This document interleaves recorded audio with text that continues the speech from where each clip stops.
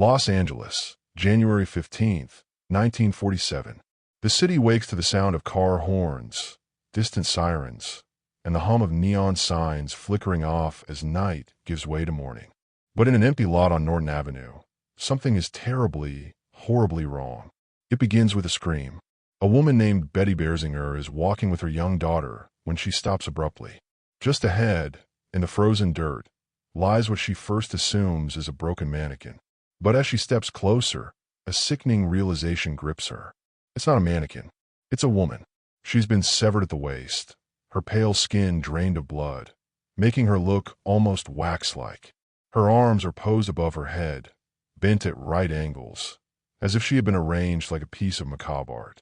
Her face, oh God, her face. A gruesome smile has been carved into her cheeks, stretching from ear to ear.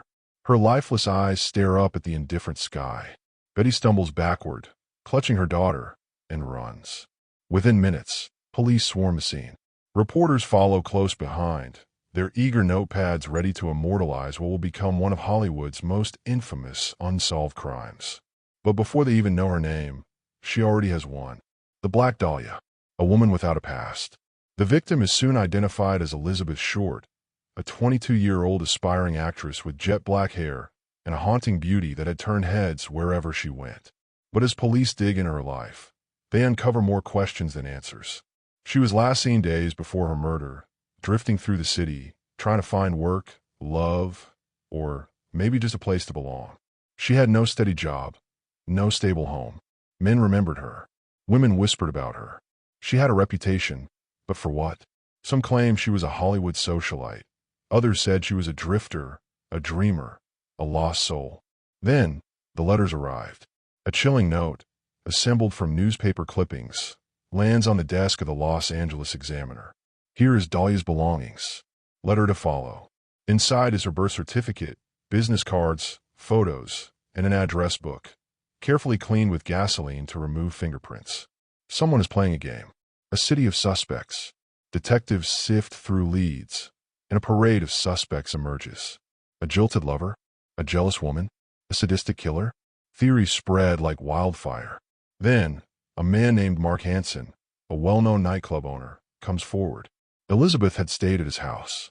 He had tried to make advances. She had rejected him. Did that rejection seal her fate? Or was it Dr. George Hodel, a respected physician with a dark past? His home, a labyrinth of secrets, hides eerie connections to the murder. Years later, his own son, an LAPD detective, would accuse him of the crime. And yet, the case goes nowhere. Despite confessions, suspects, and the desperate efforts of police, the Black Dahlia's killer remains a phantom. The city moves on. The press finds new stories. But the name, Elizabeth Short, never fades. Because the truth is still out there.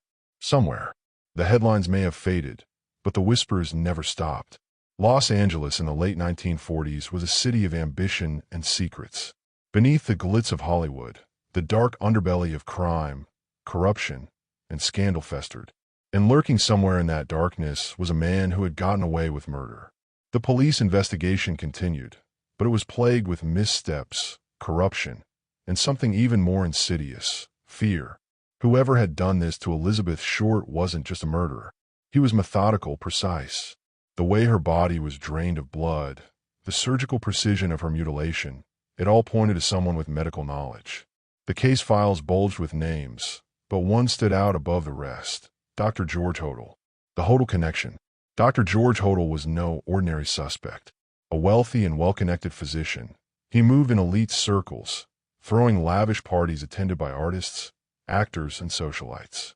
But behind closed doors, his life was far from glamorous. Rumors swirled about his disturbing interests. Some whispered about his fascination with surrealist art, especially the grotesque works of Man Ray, whose imagery eerily resembled Elizabeth Short's mutilation. Others spoke of underground gatherings where morality was discarded like an old coat. And then there was the LAPD surveillance. Years after the murder, authorities planted microphones in Hodel's house, desperate to catch him in a confession. What they heard was chilling. Supposing I did kill the Black Dahlia. They can't prove it now. A confession? A taunt? Or simply the words of a man who knew he was untouchable? The cover-up theory. Some detectives believe the case was buried on purpose. Hodel had friends in high places, and evidence seemed to vanish when it got too close to him. Was there a cover-up? Was the Dahlia's killer protected by the very people who were supposed to bring him to justice? And if so, why? Was it because of what Hodel knew, or what he had done? The Zodiac connection?